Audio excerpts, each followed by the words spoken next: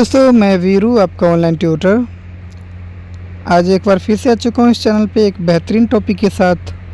आज हमारा टॉपिक है भारतीय संविधान और भारतीय संविधान की क्या विशेषताएं हैं वो हम पढ़ेंगे। तो चलिए शुरू करते हैं। अगर वीडियो अच्छा लगे तो प्लीज़ यार लाइक शेयर कमेंट और सब्सक्राइब कर लेना। और आगे बढ़ने से पहले बहुत बहुत स्वागत भी करना चाहूँगा इस चैनल पर। तो संविधान का सबसे पहले हम डेफिनेशन समझ लेते हैं। तो संविधान होता क्या है? तो संविधान नियमों और सिद्धांतों का समूह जो होता है ना, उसी को हम संविधान कह देते हैं।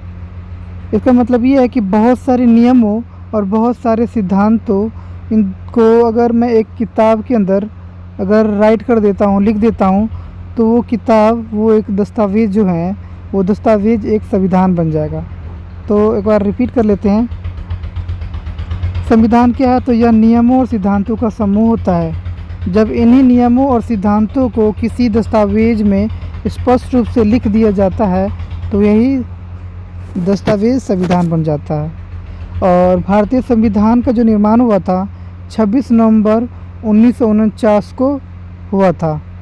तो इसीलिए इस दिन को हम संविधान दिवस भी मनाते हैं। और जब 26 नवंबर 1949 को संविधान बना था तो उस दिन भारतीय संविधान में अनुच्छेद कितने थे, अनुसूचियाँ कितना था और भाग कितना था? तो आप देख सकते हैं कि 395 अनुच्छेद, 8 अनुसूचियाँ और 22 भाग था। वहीं पे अगर इसकी अब की अनुसूचियाँ और अनुच्छेद की बात करें तो अब इसके अनुच्छेद जो हैं वो है 466 और अनुसूचियाँ 12 और भाग 25 है। तो डेफिनेशन आई होप समझ में आ चुका होगा। आगे बढ़ते हैं, देखते हैं इसकी विशेषताएं क्या है। तो भारतीय संविधान की जो विशेषताएं हैं वो सबसे पहले मैं बता दूं तो भारतीय संविधान लिखित है और विश्व का सबसे बड़ा संविधान है। मतलब भारत के संविधान में जो नियमों, सिद्धांतों और जो भी प्रावधान है उनको जो इकट्ठा किया गया है वो लिख कर किया गया है, हैंड राइटिंग के द्वारा, हाथ के द्वारा लिखा गया है। विश्व के बहुत सारे ऐसे संविधान हैं जहाँ पे प्रिंट किया गया होता है, लेकिन हमारे संविधान को हाथ से लिखा गया है तो इसलिए लिखित है। और विश्व में भारतीय संविधान जितना बड़ा कोई भी संविधान नहीं है। विश्व का सबसे बड़ा संविधान भारत का ही है, क्योंकि आप देख सकते हैं वर्तमान में अनुच्छेद 466 अनुच्छेद है और अनुसूची 12 है और भाग की बात करें तो अभी 25 हो चुका है। तो ये आप समझ में आ चुका होगा आपको। नेक्स्ट है उधार लिए गए थैला। भारतीय संविधान है उधार लिए गए थैला का मतलब क्या है? तो भारतीय संविधान उधार लिए गए थैला इसलिए है क्योंकि भारतीय संविधान विश्व के अनेकों देशों से कुछ न कुछ लिया गया है।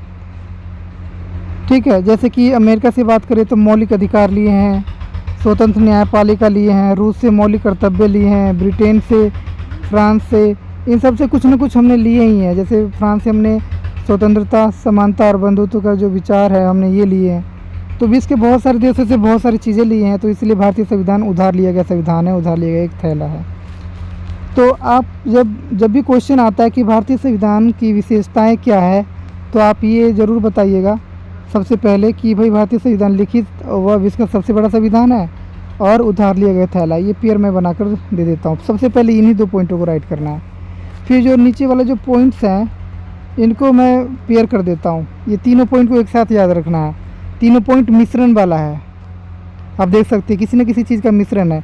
जैसे भारतीय संविधान लचीला और कठोर दोनों संविधान का मिश्रण है। और नेक्स्ट है भारतीय संविधान एकात्मक और संघात्मक संविधान दोनों का ही मिश्रण है। और भारत में संसदीय व्यवस्था अपनाया गया था, लेकिन संसदीय व्यवस्था के साथ साथ यहाँ पे अध्यक्षात्मक व्यवस्था भी पाया जाता है। तो इसलिए एक तरह से भारत में संसदीय व्यवस्था के साथ साथ अध्यक्षात्मक व्यवस्था भी अपनाया गया है। तो ये तीनों तीनों किसी न किसी का मिश्रण है, तो आपको याद रखना है ये तीनों पॉइंट को एक साथ। सबसे पहले आपको शुरू के जो 2 पॉइंट हैं ये वाली, इनको याद रखना है और फिर 3 पॉइंट इसको याद रखना है। फिर उसके बाद जो छठा पॉइंट है वो अकेले इसको सिंगल याद रख लेते हैं कि भारत एक संघवाद है जो कई सारे राज्य मिलकर और बनाया गया है भारतीय संविधान को। कई राज्य मिलके और एक संघ बना है, इसलिए भारत एक संघवाद है। और संघवाद जो भी देश होता है वहाँ पे संघात्मक व्यवस्था अपनाया जाता है। भारत में भी संघवाद होने के कारण से संघात्मक व्यवस्था अपनाया गया है। और जिस देश में संघात्मक व्यवस्था अपनाया जाता है, जो देश संघवाद होता है, तो वहाँ पे साधारणतः दोहरी नागरिकता दी जाती है। लेकिन भारत की बात करें तो दोहरी संघवाद होते हुए भी, भारत में संघात्मक व्यवस्था होते हुए भी दोहरी नागरिकता नहीं दिया गया है और सिर्फ एक खरी नागरिकता दिया गया है। तो ये विशेष बनाता है कि जो जहाँ पे दोहरी नागरिकता दिया जाना चाहिए था, लेकिन वहाँ पे एक हरी नागरिकता दिया गया। लेकिन हाँ, जम्मू कश्मीर के नागरिकों को दोहरी नागरिकता दिया गया था, लेकिन अब उनके पास भी नहीं है। फिर 7वां पॉइंट की अगर बात करें तो 7वां पॉइंट भी हम पेयर से ही याद करेंगे। जैसे शुरू के 2 पॉइंट था उसको पेयर बना लिया, फिर मिश्रण वाला पॉइंट बना लिया हमने 3 पॉइंट का। ठीक है, अब हम इसको भी मिश्रण वाला ही याद करेंगे, मिक्सचर के साथ पेयर बना के याद करेंगे। तो देखो ये पॉइंटों को हमें पेयर बनाना है कैसे, तो ये वर्णन कुछ ना कुछ किया गया होगा संविधान में, उनके बारे में हम पढ़ेंगे। देखो यहाँ पे मौलिक अधिकार और नीति निर्देशक, मौलिक अधिकार और मौलिक कर्तव्य का यहाँ पे वर्णन किया गया है और इसी वजह से हमारे अधिकारों की रक्षा हो पाती है। और जब कर्तव्य का वर्णन कर दिया गया संविधान में, तो हमें इन कर्तव्यों का पालन भी करना पड़ता है। और ये जो है ये नागरिकों से संबंधित है। वहीं पे नीति निर्देशक तत्व की अगर बात करें तो नीति निर्देशक तत्व है राज्य सरकारों के लिए, मतलब देश में केंद्र सरकार है, राज्य सरकार है, उनके लिए ये व्यवस्था किया गया है। तो मौलिक अधिकारों और कर्तव्यों का वर्णन किया गया है, नीति निर्देशक तत्वों का वर्णन किया गया है। ये 2 चीज़ याद रखिए पहले। फिर शक्तियों का विभाजन किस प्रकार से किया गया है केंद्र सरकार और राज्य सरकार के बीच में। जैसे केंद्र सरकार और राज्य सरकार के बीच में शक्तियों का विभाजन किया गया है 3 सूची में, संघ सूची, राज्य सूची और समवर्ती सूची में। फिर इस तरह से ये शक्तियों का विभाजन किस प्रकार से किया गया उस चीज़ का वर्णन किया गया इसमें। फिर जो 10वां पॉइंट है वो है देश की सर्वोच्च शक्ति जनता में निहित है। इस कथन का वर्णन किया गया है कि देश में कोई भी बड़ा नहीं है, किसी से भी बड़ा नहीं है, संविधान ही सबसे बड़ा है। और संविधान में लिखा गया है कि देश की जो सर्वोच्च शक्ति है, सबसे ऊंची शक्ति है, सबसे बड़ी शक्ति है, वो जनता में ही निहित है।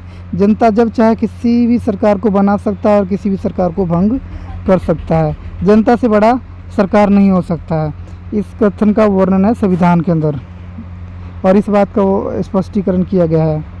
फिर नेक्स्ट है एक और कथन का वर्णन किया गया, वो है भारतीय जनता द्वारा ये निर्मित है संविधान, मतलब भारत की जनता ने ही संविधान का निर्माण किया है।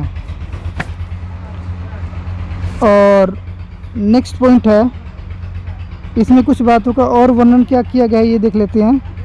तो इसमें कहा गया है भारतीय संविधान में कि भारत एक संपूर्ण प्रभुत्व संपन्न देश है, मतलब भारत है आंतरिक और बाहरी रूप से पूरी तरह से स्वतंत्र है। कोई भी देश भारत के ऊपर दबाव नहीं डाल सकता, ना तो बाहरी मामले में और ना ही आंतरिक मामले में। तो ये भारत को कह रहा है भारतीय संविधान कि भारत एक संपूर्ण प्रभुत्व संपन्न देश है। फिर एक और चीज़ कह रहा है समाजवादी देश है भारत। समाजवादी मतलब यहाँ के हर एक लोगों के लिए समान रूप से कार्य किया जाएगा और सभी को समान रूप से विकास करने के लिए अवसर दिया जाएगा। नेक्स्ट कहा जा रहा है यहाँ पे भारत एक पंथ निरपेक्ष राज्य है, मतलब यहाँ पे सभी धर्मों को समान दर्जा दिया जाएगा। और नेक्स्ट है भारत एक लोकतांत्रिक गणराज्य है, जहाँ पे लोकतंत्र के जहाँ पर देश के जनता के द्वारा प्रतिनिधि चुन के आएगा, सरकार का गठन करेगा और सरकार का जो सबसे बड़ा पद अधिकारी है वो एक निश्चित समय के लिए जनता के द्वारा प्रत्यक्ष या अप्रत्यक्ष रूप से आएगा चुन करके। ये लोकतांत्रिक गणराज्य का मतलब है। तो इन बातों का, इन आदर्शों का वर्णन किया गया है भारतीय संविधान में। तो ये पॉइंट जो यहाँ से यहाँ तक जो देख रहे हैं, ये इसमें कुछ न किसी चीज़ का वर्णन किया गया है। तो आप पेयर बना के याद कीजिएगा। सबसे पहले तो आपको यहाँ पे मैंने बता दिया था, पहले इनको पेयर बनाना है, पहले इसी पॉइंट को राइट करना है, फिर इन तीनों का पेयर बना के और तीनों को याद करो। फिर उसके बाद ये सिंगल अकेले इसको याद कर लीजिए और फिर उसके बाद इन 5 पॉइंटों को पेयर बना लेते हैं। 5-6 जो भी पॉइंट है सभी को एक साथ याद करना है, क्योंकि इन पॉइंटों में वर्णन किया गया किसी न किसी चीज़ को लेकर। तो इस तरह से आप याद कर सकते हैं। तो चलिए, अगर दोस्तों अगर पसंद आया वीडियो तो प्लीज़ यार लाइक शेयर कमेंट और सब्सक्राइब भी कर दीजिएगा, और साथ ही बेल आइकन को भी दबा लीजिएगा, ताकि इस वीडियो का दूसरा भाग मैं ला सकूँ जल्दी। Thank you so much.